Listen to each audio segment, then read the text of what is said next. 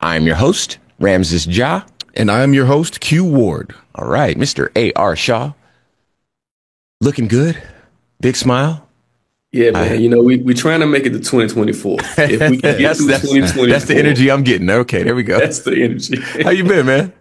It's good, man. It just seems like every time we miss each other, it's just like a million things happen. So, oh man, don't I know it? Okay, well, let's not keep the people waiting. All right, first up, this from raptv.com on the album's opening track, Whacked Out Murals. Kendrick said, "Don't let no white comedian talk about no black woman. That's law.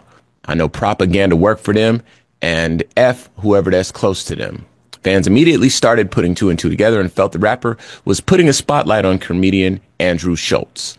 With his podcasts Flagrant and the Brilliant Idiots with Charlemagne the God, he has made numerous jokes about black women that have been deemed offensive. Now, though, Schulz is on defense and finally responding to Kendrick's alleged shots toward him. So, Amir, man of the day, we'll start with you. Give us a little bit more on this story, and we'll go from there. Yeah, I mean, it's interesting that I actually saw it happen in real time in terms of just Andrew's response to Kendrick.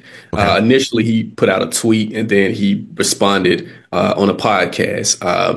But to me, it was just basically another case of someone who's not from our culture being able to critique our culture.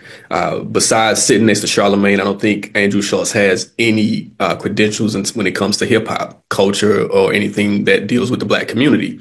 But he gets to critique our community. First of all, with Whacked Out Murals, Kendrick didn't name anybody. He didn't say any comedian name. He basically just put it out there. And he was talking to the people who are next to these comedians who allow this disrespect of black women to occur. Yeah.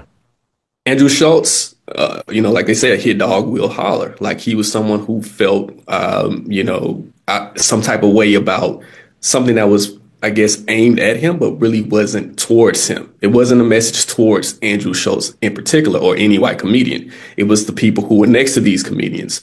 And so, he goes on this entire rant about hip hop. And on the following podcast, Andrew went on this rant about hip hop and it being violent towards black women and disrespectful towards black women. Basically, gaslighting in a sense in terms of Kendrick doesn't represent the entire rap community, but he's someone who's never really talked about the things that Andrew claimed in his podcast in terms of disrespect. Right. The other issue is the suggestion that he would sexually assault Kendrick. That's just something in our community that we just don't go for. And if you were from our community, you would know that you wouldn't tell a joke like that, right? You would know that another man would never tell another man that he would sexually assault him. Yeah. So it's just another case of someone who's not from our community getting an opportunity to critique our community, who doesn't have the credentials of our community, and is willing to stand on whatever he wants to stand on to continue to disrespect black women. I just hope that this is, the beginning of the end of Andrew Schulz's career. Yeah, there's a part of what you mentioned that I think you called it gaslighting, but when he was saying that, basically hip hop doesn't have a history of being pleasant to women and being kind and so forth. And he was trying to bring that up. And his quote is exactly, we need to sit back and reflect, listen. No one has respected women more through art than rappers. So I completely understand how a rapper could look at a comedian telling a joke and be like, yo, you need to switch that stuff up. How dare y'all keep saying your wives are annoying? Be more like us. B words ain't nothing but hoes and tricks. I beat my B word with a stick. And of course, that's, directly from Andrew Schulz. That's exactly what he said. And I know that you and I talked about this, Q, for an episode of QR Code that we did recently. And I kind of wanted to get your thoughts on kind of the developments since we last spoke on it, because I know you've been keeping closer tabs than I have. Yeah, what happens when you and I, on Civic Cypher cover a story of, law enforcement killing an unarmed black man? Mm-hmm. We always get people in our comments, on the news, on social media that are saying, well, how come you guys are mad when police shoot unarmed black people, but you're not mad about Chicago?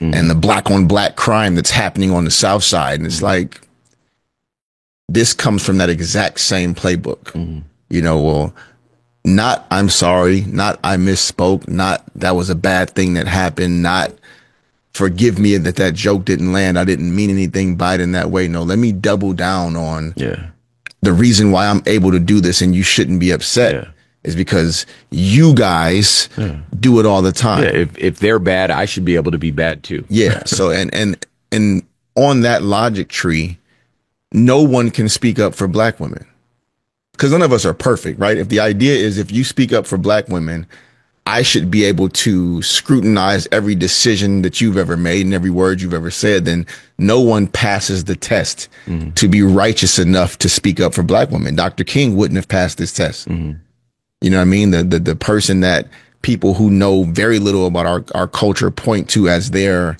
North Star and really misrepresent him every year to try to make themselves appear to be allies. And then there's the word allies. You know, Andrew Schultz has been able to walk around and have an opinion that people would even listen to and make his jokes without the level of scrutiny that he should have gotten, because I think some people see him sitting next to Charlemagne and consider him somebody who got invited to the quote unquote barbecue. Yeah. But the thing about allies is that they can always flip back to white. They can always flip back to oppressor. They can always flip back to whatever their actual position is in this world and look down on ours and judge ours and pick ours apart and make us lesser than. And as soon as he got into a position where he felt attacked, that's what he did. Yeah. He jumped back on his side of the street to point back at ours and tell us how awful it is. And it's interesting because I think D.L. Hughley pointed this out, but he gets to be the person making the transgression. And then because of that exact maneuver that you mentioned, he also now gets to be the victim. Like, whoa, why is everybody coming at me? I'm going to sexually assault Kendrick. Oh my God, people are saying bad things about me now. Like, wait, dude, like you poured the gasoline and struck the match. And then you get to call the fire department and complain about the fire that's raging in the building that you set on fire. Like, it's a really clever and effective maneuver that we've seen people, you know, pull multiple times. But yeah, I call you and threaten you. Your family gets mad and tells me what they're going to do to me regarding that threat. And now I get to play victim. Yeah. It's an interesting world we live in, man, but here we are.